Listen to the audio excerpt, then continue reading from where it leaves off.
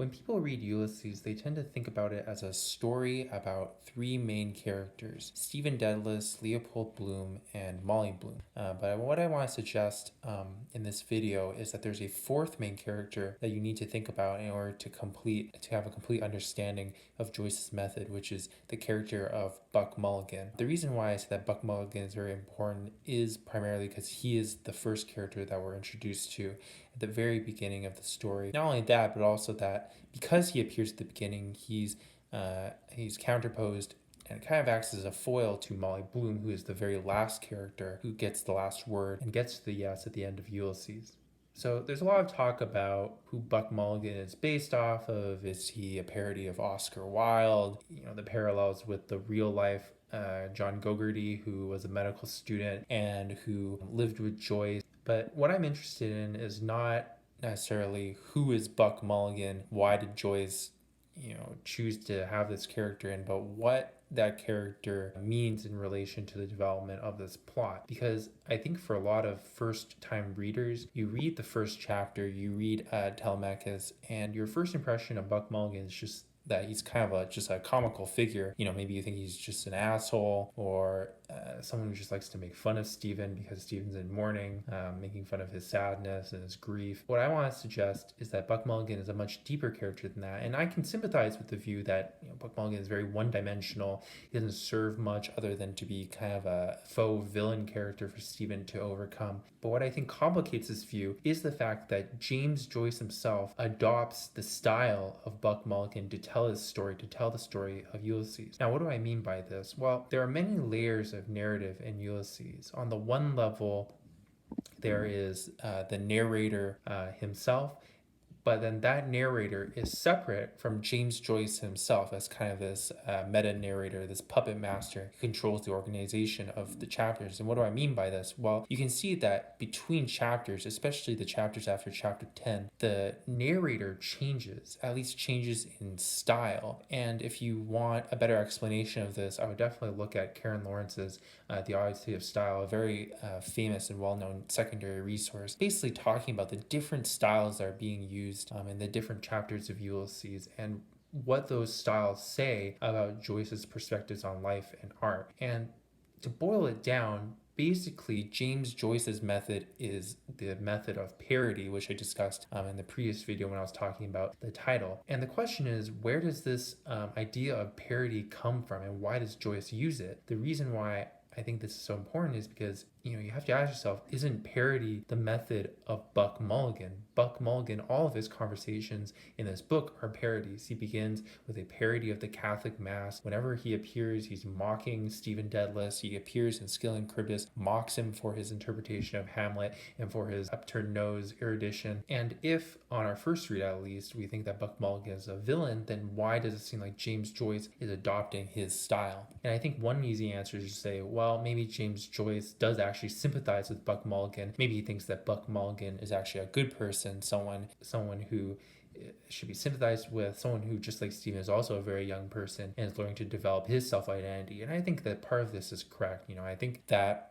one misinterpretation of the connection between Ulysses and Hamlet and Shakespeare is that Stephen Dedalus is the Hamlet figure. And I think that this is only half true, that Stephen represents the part of Hamlet, that's grieving, that's depressed, that's mourning, that ruminates, is constantly trying to grapple with the meaning of death and the way and kind of his legacy, and how he will be remembered in the past, revenging his father, and then in Stephen Dedalus' case, his relationship with his dead mother.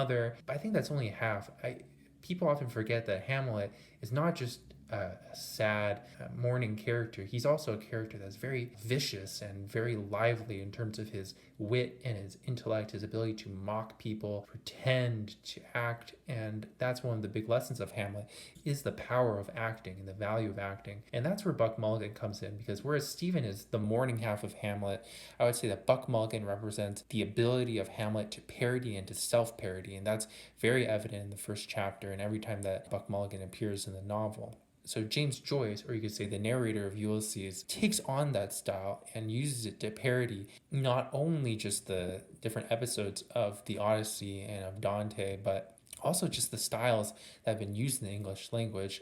One immediately thinks about the Oxen of the Sun chapter, so chapter 14, I believe, where the narrative style just keeps changing and changing, adopting different types of narrative techniques, language that have been used in different points in the development of the English language, and all of that is a parody. And one question is well, what is Ulysses besides a parody?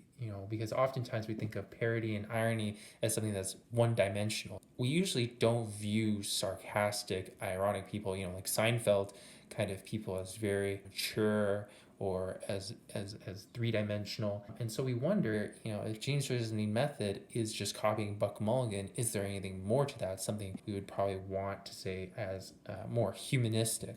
And I do think that the answer is not so clear here. And I think Joyce didn't want it to be so clear because we can see that in the first 9 chapters that a lot of the language is generally very traditional, straightforward, free and direct discourse, third-person narration. It's really the second half that goes a little bit goes a little bit crazy. And so I think what's happening here is that Joyce wants to give us both. He wants to give us the serious, the traditional, but also the mocking and the product. And he wants to kind of find a middle ground for these two things, whereby from there you can, through acting, but also through realism, you can properly represent how life is lived.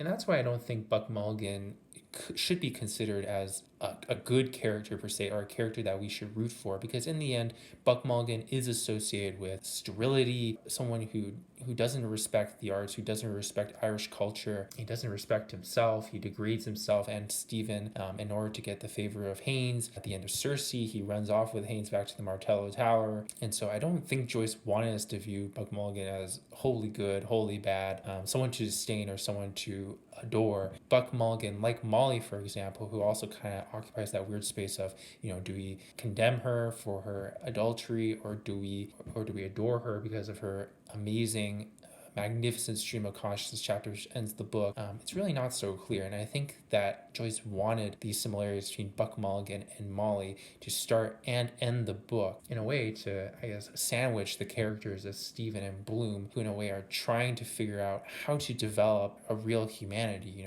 How do we interact with people? And I think that's a very important thing, that Stephen and Bloom are really learning about dialogue. How do we talk to people? How do we understand people? And I think it's very important that that method is sandwiched between Buck Mulligan, who is kind of the parodic, full of style and very self-conscious kind of way of talking, which is very top-down, and Molly's way of communicating, which is also very top-down, the stream of consciousness, monologue, soliloquy, just river of words at your face. Both of these methods seem very different from what Stephen and Bloom achieve at the end of Ithaca, which is a sort of question and answer, dialogue, dialectic. But even that, we're not even sure if they're able to accomplish in any sort of meaningful way. So again, you can see that Ulysses is a very ambiguous book about what it wants, and maybe that's part of its greatness. We'll have to see.